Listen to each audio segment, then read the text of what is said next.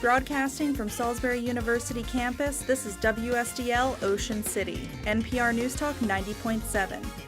Putting Delmarva first.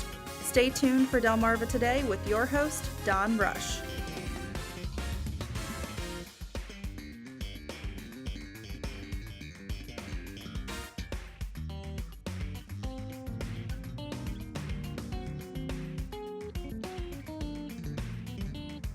It's called lifelong learning. It's the idea that even if you're older, there's still room for growth. Welcome to Delmarva Today. This is Don Rush.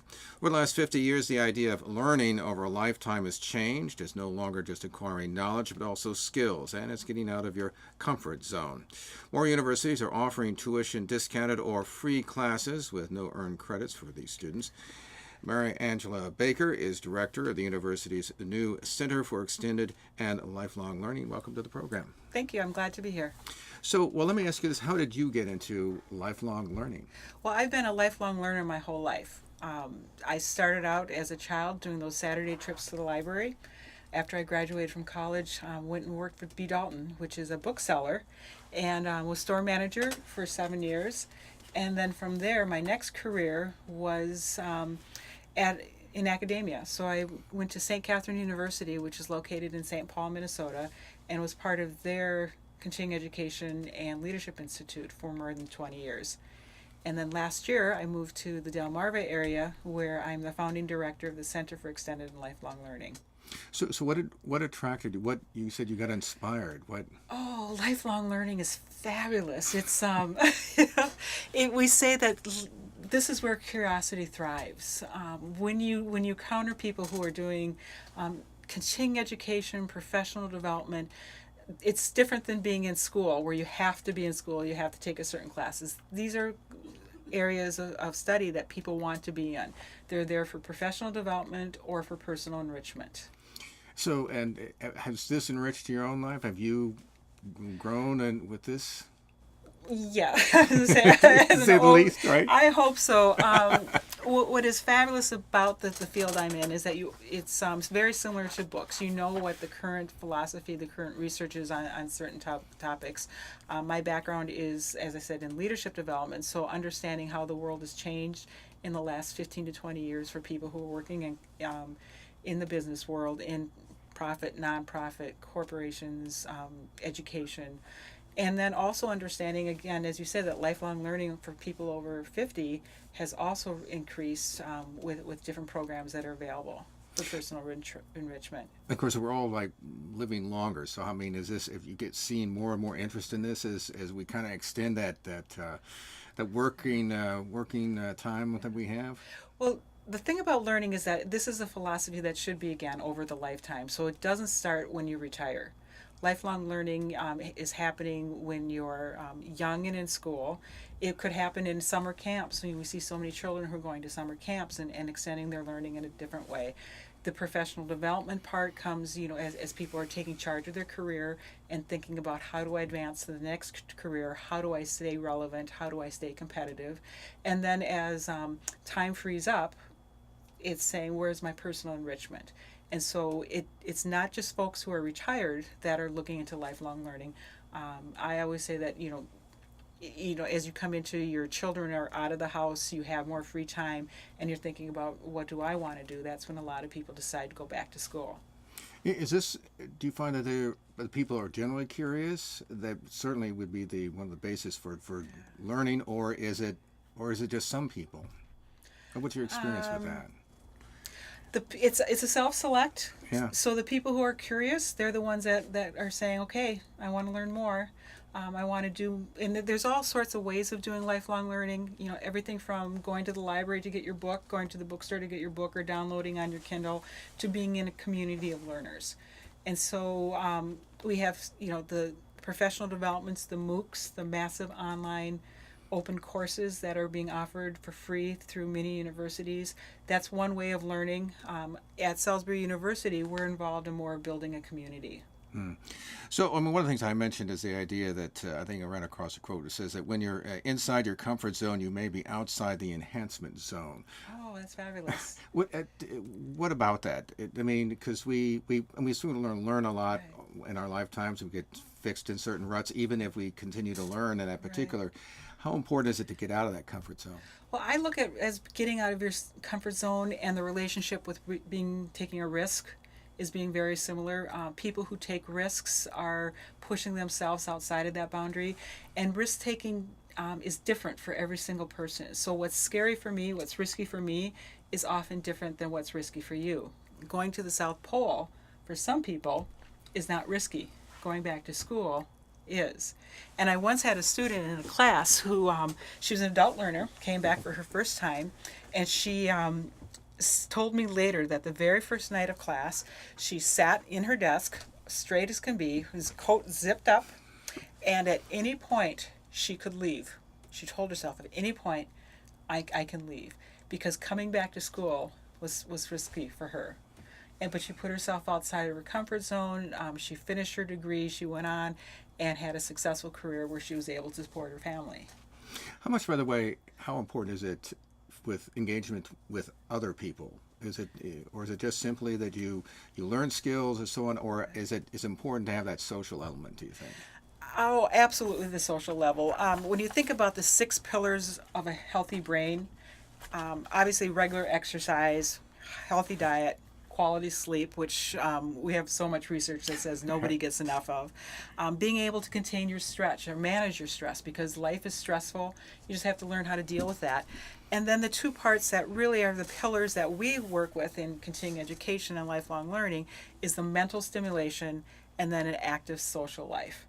And there's a saying that Richard Leider has, who wrote the book Life Reimagined, that isolation is fatal.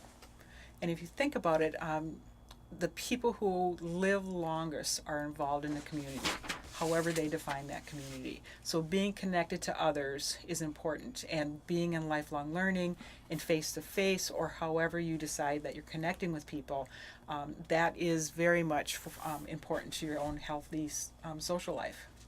So is it important to learn skills outside of what you normally do and to engage people outside of the people, for instance, that you normally engage? Do you think that's true in both areas, both engagement and what you learn, to get outside of what you normally do, getting used to new friends, new people? Right. Yes, I do, because we are learning and growing, and we, again, you're making connections both to the material, the academic content, and at Salisbury University, that's what we put front and center, that this is academic learning, and then also the connections that you're making. So in terms of the new skills, what kind of benefits do you see people getting? I mean, obviously there's the cognitive skills, memory, that kind of thing. And is there a difference, do you think, between, on the one hand, learning new skills and yet simply, working, word puzzles or listening to classical music? There seems to be a certain passiveness as opposed to engagement there. Well, that area I'm not an expert on, but I will tell you that for skill building, one of the most important parts when you think about continuing education, professional development, we are in such a competitive world right now. We need to make sure that our skills are up to date. Technology skills, communication skills. The number one attribute of a successful leader is how to listen. And if you don't have listening skills, then you're in trouble. And so recognizing that these are skills that you have to have, strategic planning skills, which can borderline between leadership and management. But these skills, if you don't have them, will hurt you in the long term for your career management. Are we being, by the way, overwhelmed by the technological changes that have occurred? I mean, and they seem to be coming so rapidly. I mean, I can remember when I was growing up, television and maybe a fax machine if they had one. But now we seem to have all these opportunities certainly for information. Technology fatigue. Yeah, and just it's not even just the information that's coming in, but then you have to learn new programs and new ways to do things as each new technological device or program comes along. Right, and I think that a lot of times people say millennials are so much better at the change of technology. I think it's that we can all go through these technology changes. We just need to be aware of how we learn best, and then finding that situation. So if you learn best sitting by yourself in front of a computer, going through the online text, that's great. But if you need to be in a class to learn those types of things, even better. Or often we call it mentor up. When you're in a work situation and you need new skills, especially around technology, you ask someone who's younger. and you say, will you be my mentor and help me figure this out? So do you find that that older people? I mean, the suggestion has been that older people have greater difficulty learning as opposed to younger people. You know, any sense about that, or are we just all rushing in there? Right? Well, as an older person myself, There I'd you like go. to say that yes, we can still learn it. I know that when you're younger, it's easier to learn a language skills when you're very young. So that's not an area of my expertise, but yeah. I would like to say that if you keep active, you keep engaged, that opens up so many more doors for you. And I mean, some people suggested that there might be more wisdom the older you get, and that there Well, are I think experiences that. sure. So your wisdom is your life experiences, and Yeah. your learning.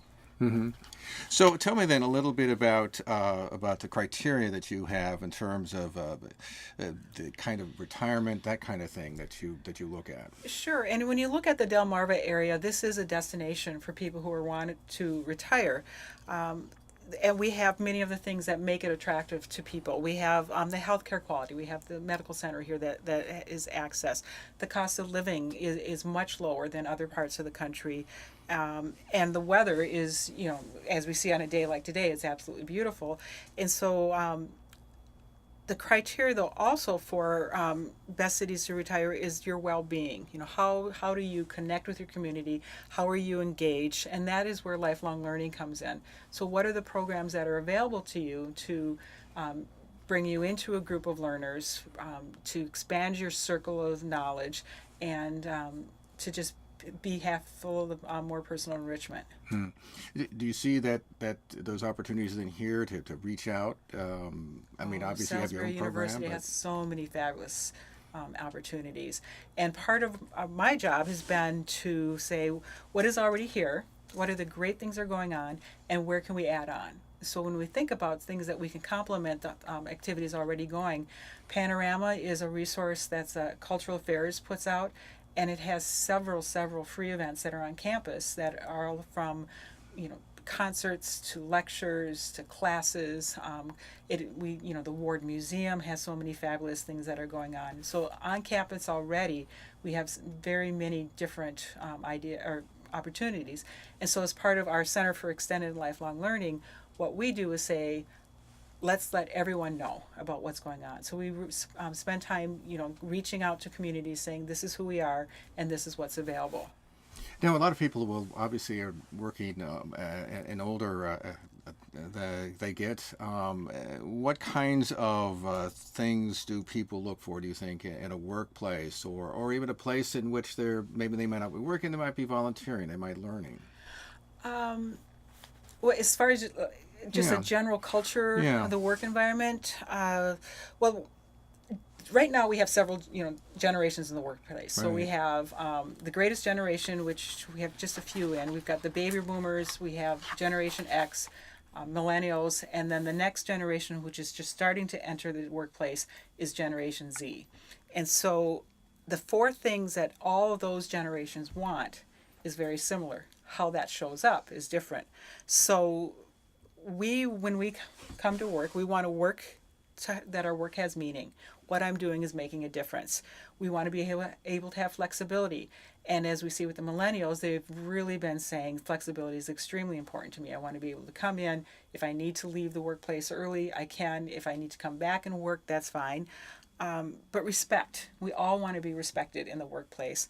And finally, feedback. We want to know, again, our work has meaning, but how am I doing? I want to, it does, even if it means coaching as a leader, that you're coaching your staff.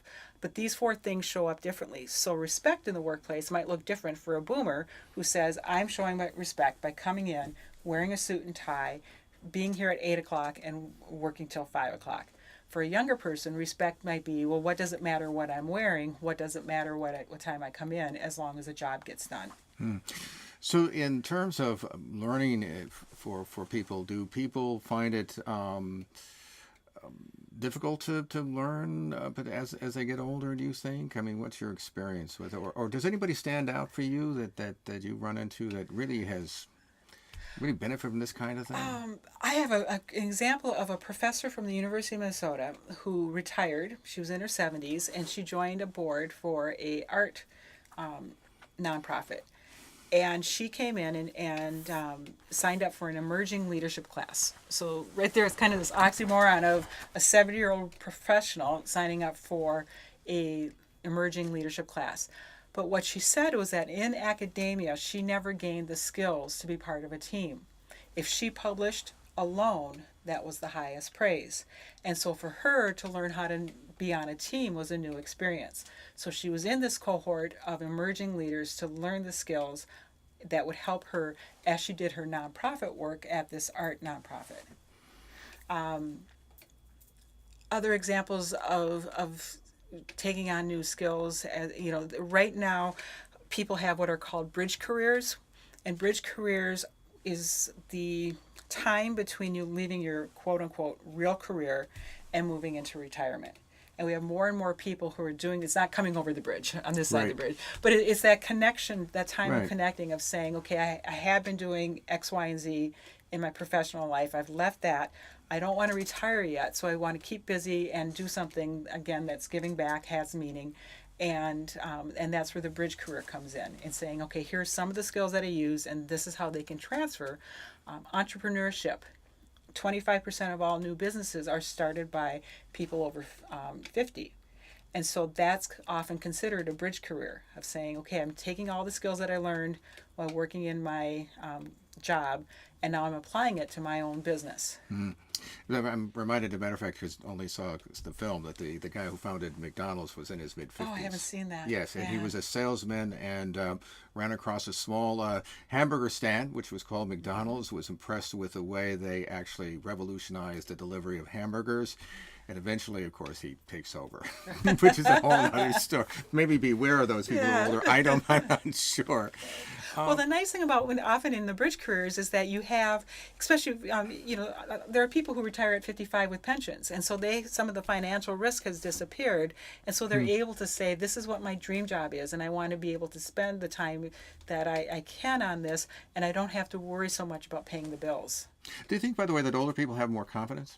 That they've been around the block just more than once, and they okay, as opposed to say somebody who's younger, who's they're looking at that. I mean, you can look back on your own life for that matter. Sure, I think you get confidence. Yes, life experiences, you learn from them, and you learn what's important. You make choices about what's important. So, generally, I've met a lot of fabulous women who are 50, 60, 70, and they're very comfortable with who they are. Mm-hmm. So are there other programs that you do, that you've got there? Sure. Well, at Salisbury University, this is a brand new department. So what we're creating now is all brand new.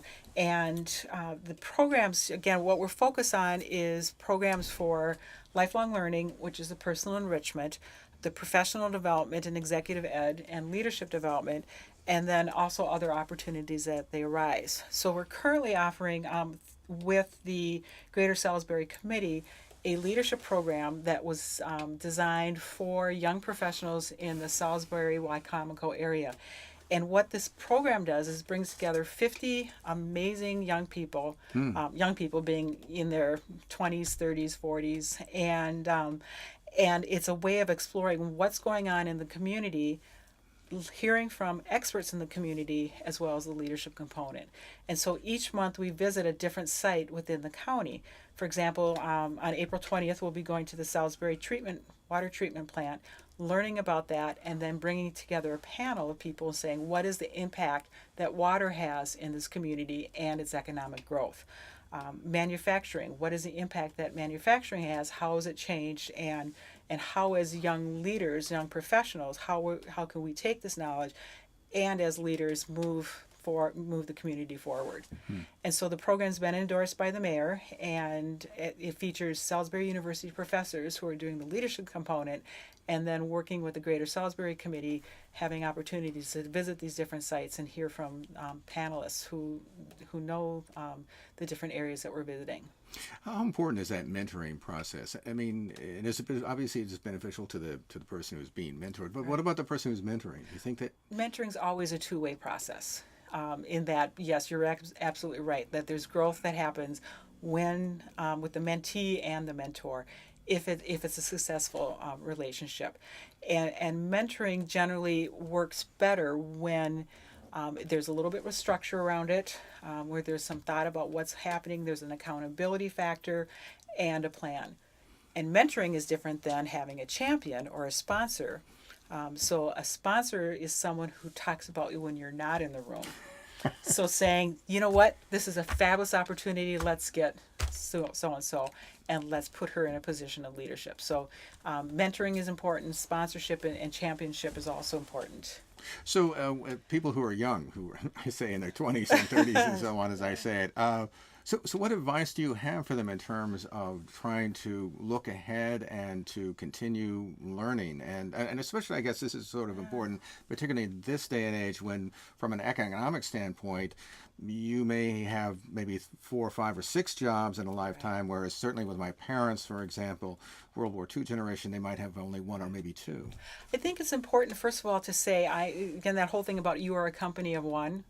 To really being active in your own professional development, career development, to be aware of what your skills are, what your strengths are, and what your interests are. And from that, then continue to do the research of what's happening in that field. Great example is LinkedIn. If there's a job that you want, you should be going on to LinkedIn and saying, what are the skills that these people have in that same industry? Do I have those skills, and do I need to get those skills? What keeps me competitive? How can I be taking charge of my career?